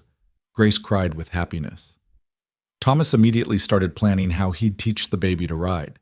James just wanted to know if it would be a brother or sister, disappointed when Eleanor explained they'd have to wait to find out. The ranch flourished. Caleb hired another hand, a young man named Pete, who'd grown up on a farm in Texas and knew cattle inside and out. Tom took him under his wing, teaching him the particular quirks of the territory. The herd grew. The garden expanded. Life bloomed in every corner. In April, a letter arrived from Judge Morrison. Blackwood had been sentenced to 15 years hard labor. 2 of his hired guns had turned state's evidence against him. The federal judge who'd signed the writs had been removed from the bench. Justice, slow and imperfect as it was, had been served. Eleanor read the letter twice, then walked outside and burned it in the yard. Caleb found her there, watching the ashes rise and scatter in the wind. Needed to see it gone, she explained. Needed to know he was really in the past, not just locked away but powerless, unable to reach us ever again. He is. He can't hurt you anymore. He can't hurt any of us. She turned to him, one hand on her swollen belly, the other reaching for his. We're safe. We're free. We're together. That's all that matters now. Spring brought new foals, new calves, new life everywhere. Grace turned 11 and Caleb bought her a horse of her own, a young mare, gentle but spirited. The girl rode every day, her confidence growing with each sunset. Thomas and James were inseparable, always into some adventure or mischief, but the good kind that came from security and love instead of fear. May brought word that New Mexico would likely achieve statehood within a few years. The territory was changing, growing, becoming something permanent, just like the family Caleb and Eleanor had built. In June, Eleanor woke Caleb in the middle of the night, her hand on his shoulder and her voice calm despite the tightness around her eyes. It's time. He bolted upright, instantly awake. The baby is coming, probably within the next few hours. She smiled at his panic. Don't worry, I've done this before, but you should probably wake Grace and send Tom for the midwife. The next hours passed in a blur.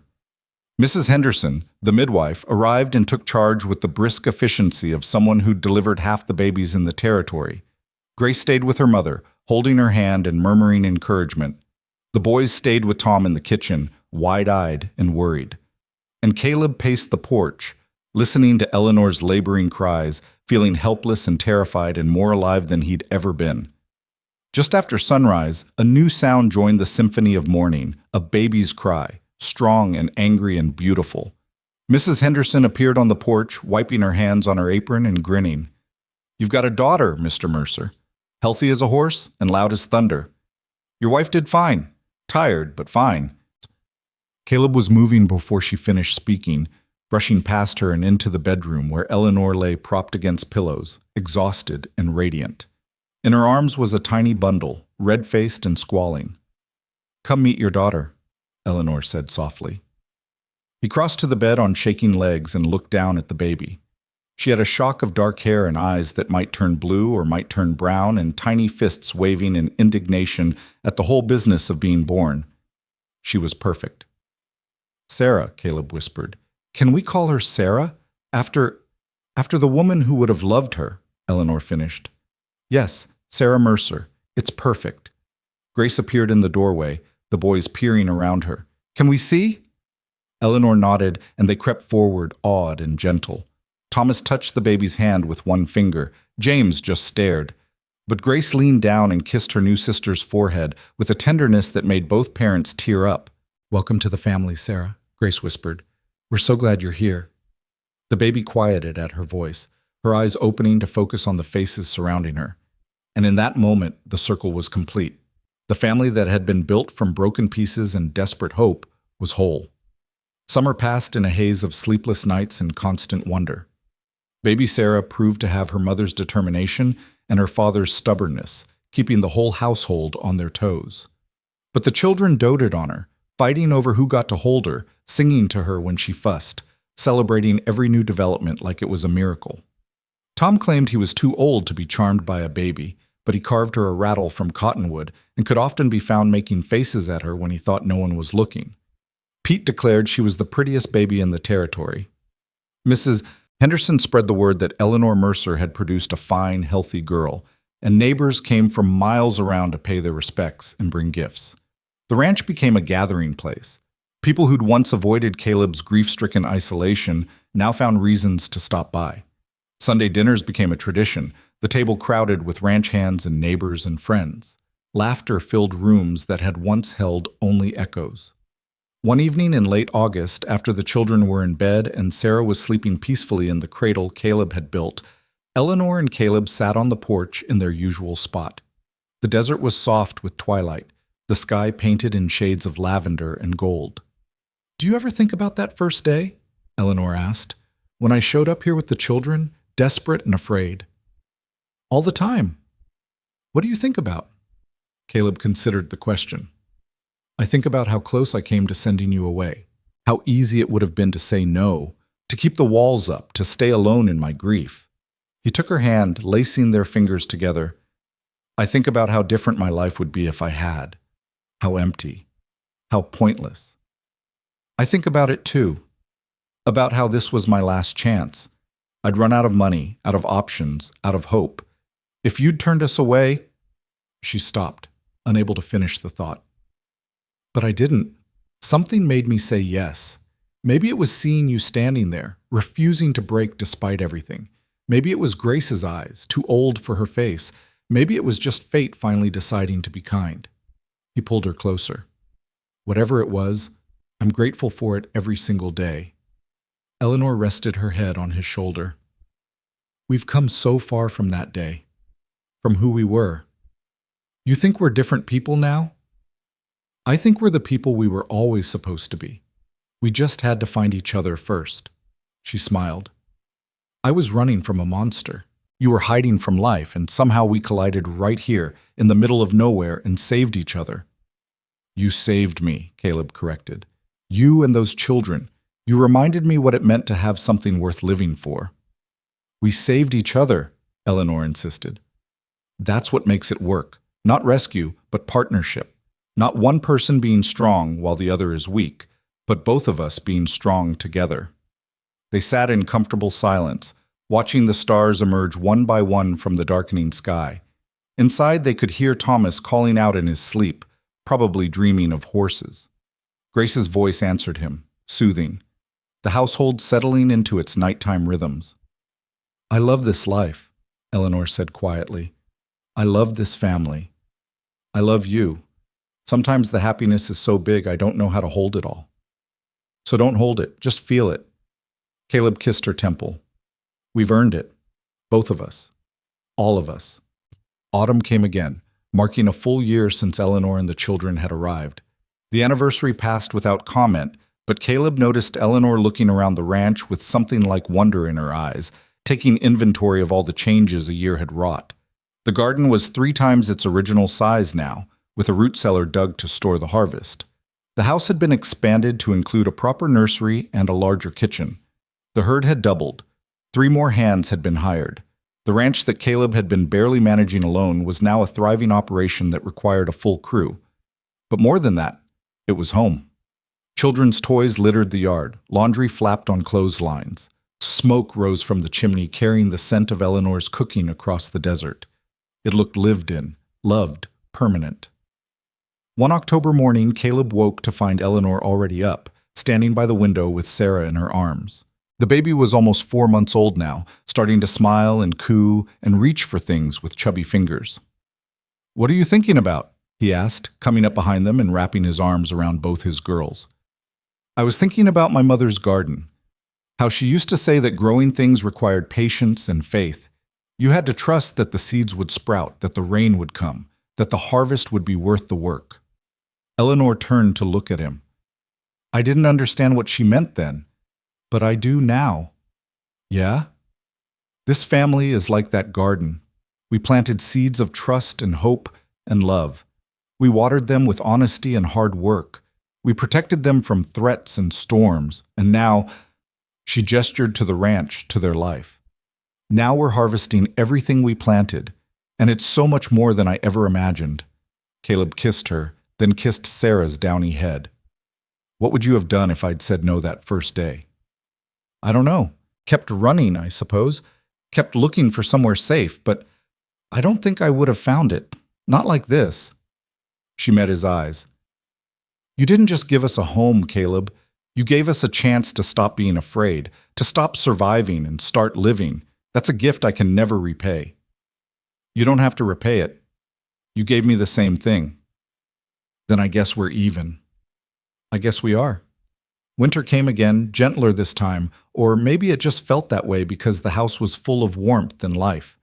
Christmas was even bigger than the year before, with more children to spoil and more laughter to fill the rooms.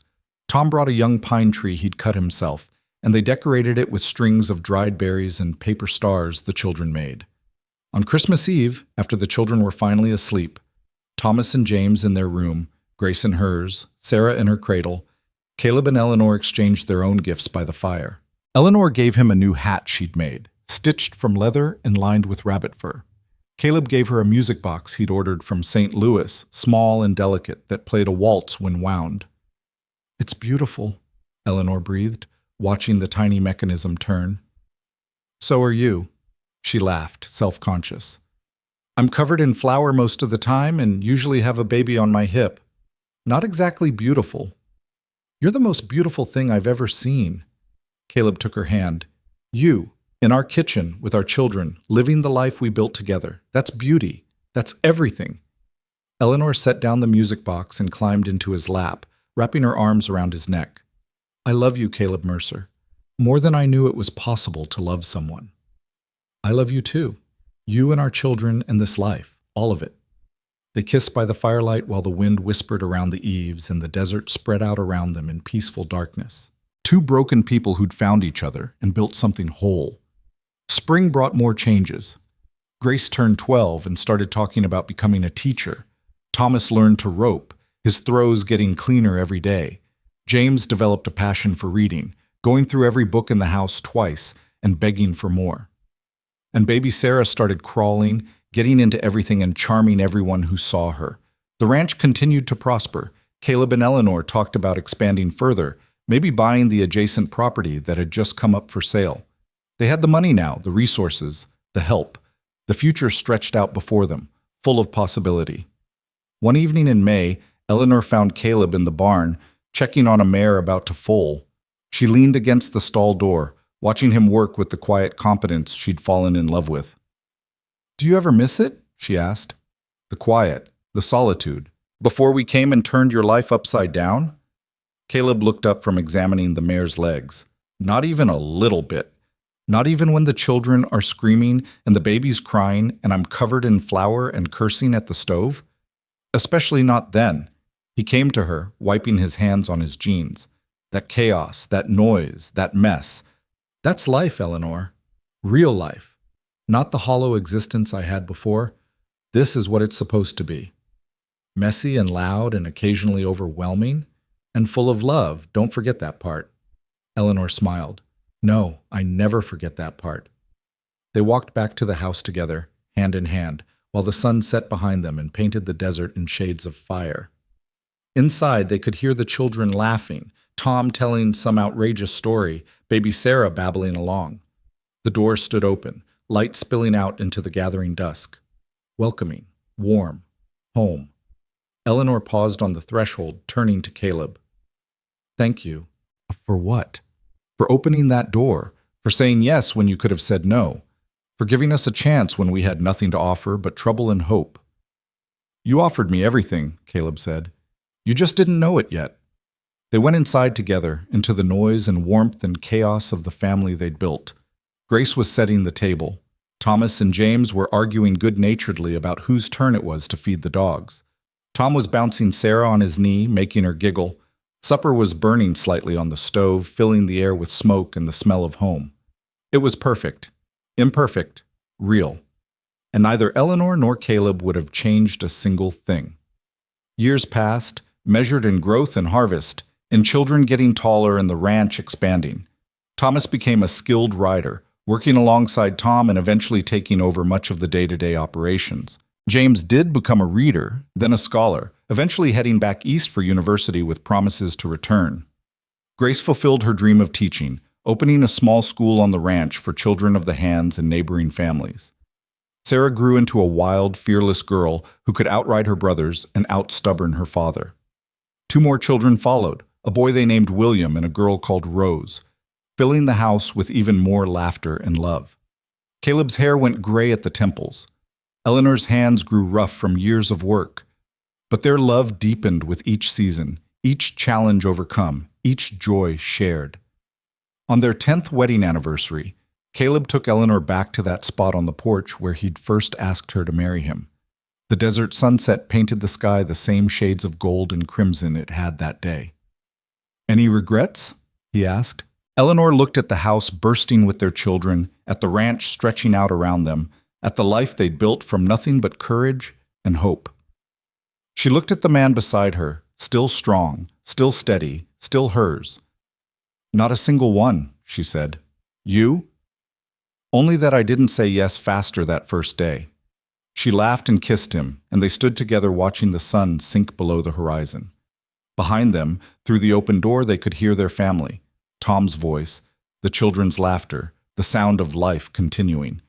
The door that should have stayed closed had opened instead, and everything had changed for the better. Years later, when their children asked how they met, Eleanor would tell them the truth, that she'd been running from a monster and found a sanctuary, that their father had been hiding from life and found a reason to live, that sometimes the bravest thing you can do is knock on a stranger's door and ask for help, and sometimes the bravest thing you can do is open that door and let love in. Their story became legend in the territory, then the state.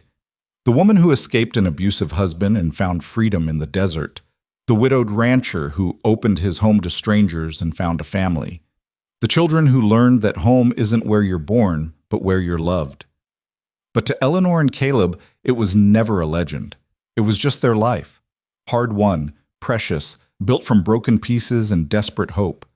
It was the door that opened, the family that formed, the love that saved them all. And when Caleb Mercer died at the age of 78, surrounded by children and grandchildren and great-grandchildren, his last words were to Eleanor, who sat beside him holding his hand the way she had for over 40 years. "Best thing I ever did was say yes to you." Eleanor, tears streaming down her weathered face, kissed his forehead and whispered back, "Best thing I ever did was knock on your door." She lived another 5 years, long enough to see the youngest grandchild married, long enough to hold the first great-great-grandchild.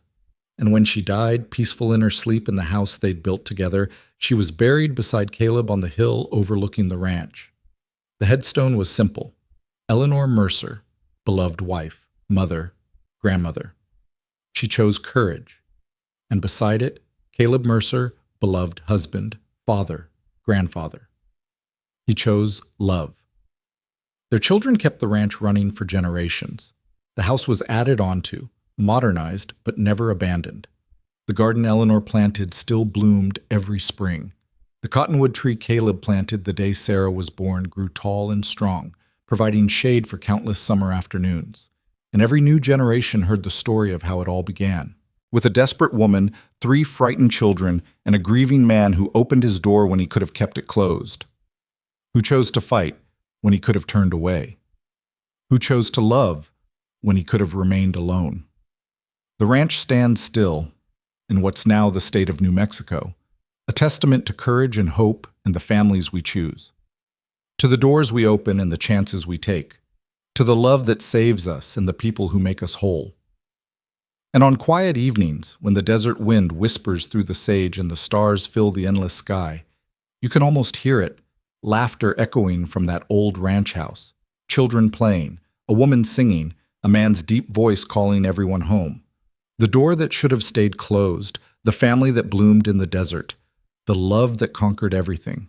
This is their story. This is their legacy. This is what happens when courage meets kindness, when broken people choose to be whole together, when a simple job posting becomes the beginning of everything. Eleanor knocked. Caleb answered.